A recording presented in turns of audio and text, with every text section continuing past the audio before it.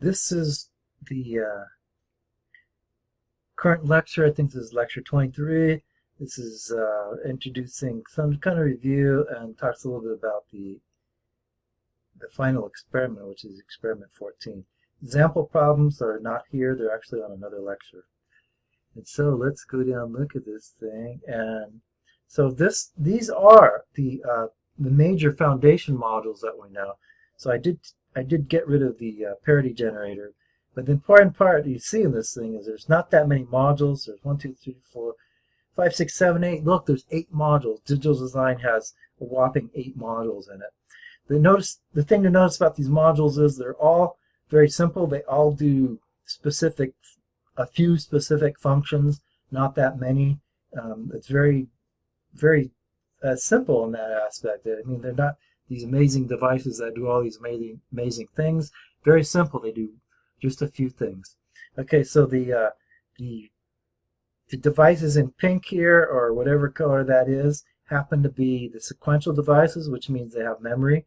They're all 3 registers. One's a simple register, one's a counter, the other one's a shift register.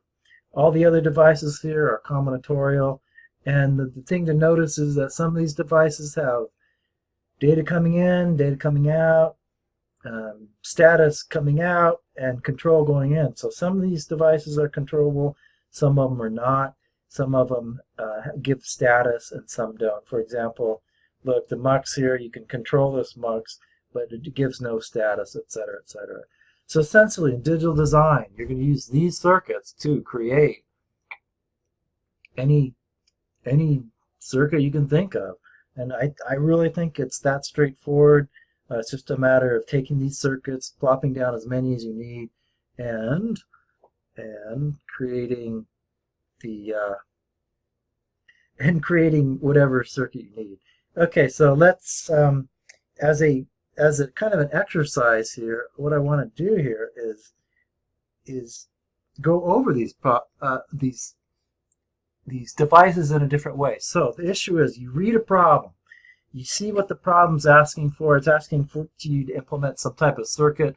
The problems, I always say, they kind of do themselves because they cry out for a certain type of circuit.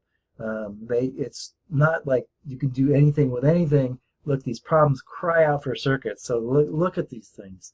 So if your problem, you need to accumulate a list of numbers.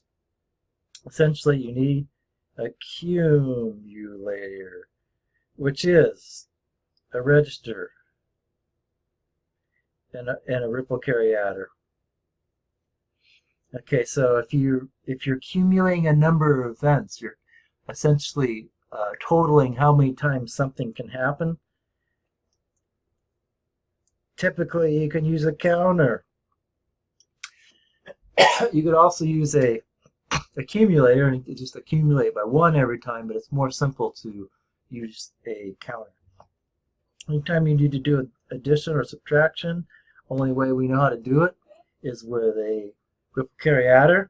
Now, multiplication, if you're multiplying by 2 to the n, it's going to be a shift register.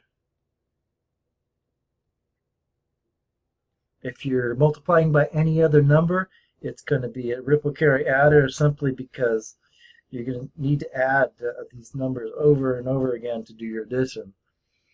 Lots of ways to do multiplication and division. We only know a few. So doing division by some power of 2 to the n, by all means, that calls out for shift register once again.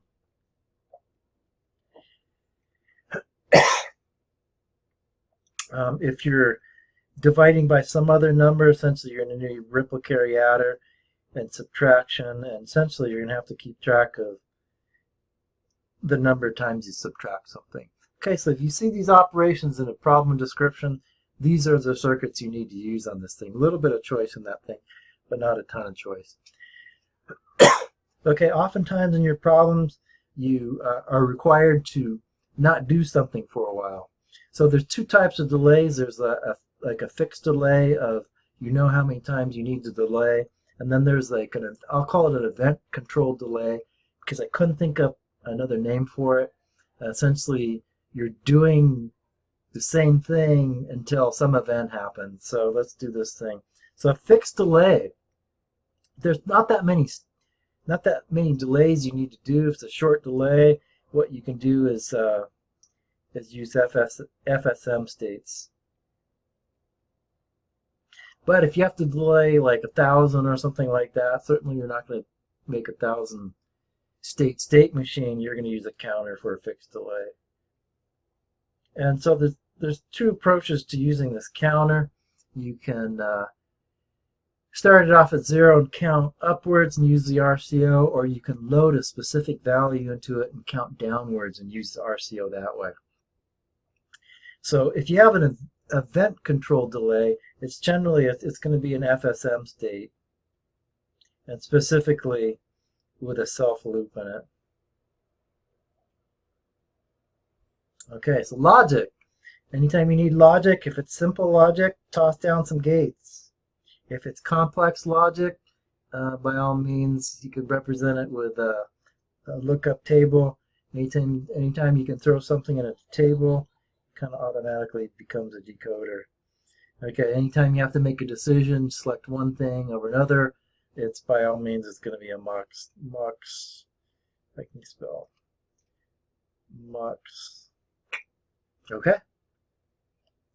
Next here, you have to do a comparison. Generally speaking, equality or just something complex, don't have to worry about it. You can just use a comparator. Since lots of times you can get away without using a comparator, so to figure out if some number is greater than some value, you can essentially check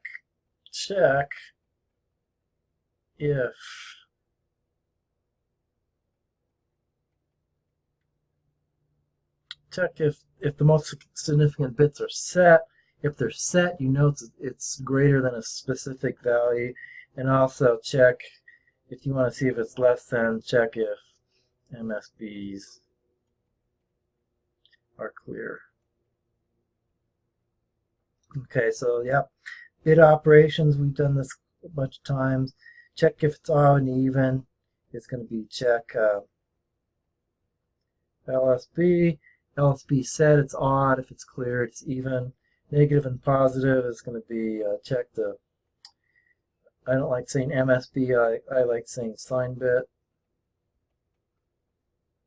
Evenly divisible by 2 to the n. What I'm going to do is check, I don't like check, verify n LSBs are cleared.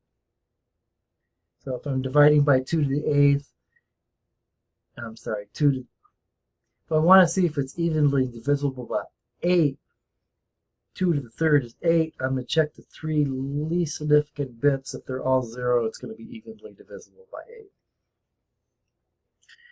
8. Okay, so lastly here, is experiment 14. Okay, so this is a 5-bit multiplier. I'm going to look at this thing. This is essentially long multiplication, something you learned about probably in elementary school the first time you did this. This is no different except two things. You're using binary, which you probably haven't done before, and you're required to implement this in hardware. So the fact that you're using a binary, no big deal. It's still exactly the same as you used to do in grade school. So essentially, if I'm multiplying these two numbers, I'm going to do 0 times 1, 0 times 1, 0 times 1, and bring this down. And that's where these 3 zeros come from right here. Okay, so then I'm going to shift it over and say 1 times 1, 1 times 1, 1 times 1. And that's where these 3 ones came over. Shift it over again. Do the same thing, because this is a long division algorithm. Certainly I could have added this thing many times, but this is simply a different algorithm. And so once I do that, I can add all these numbers up.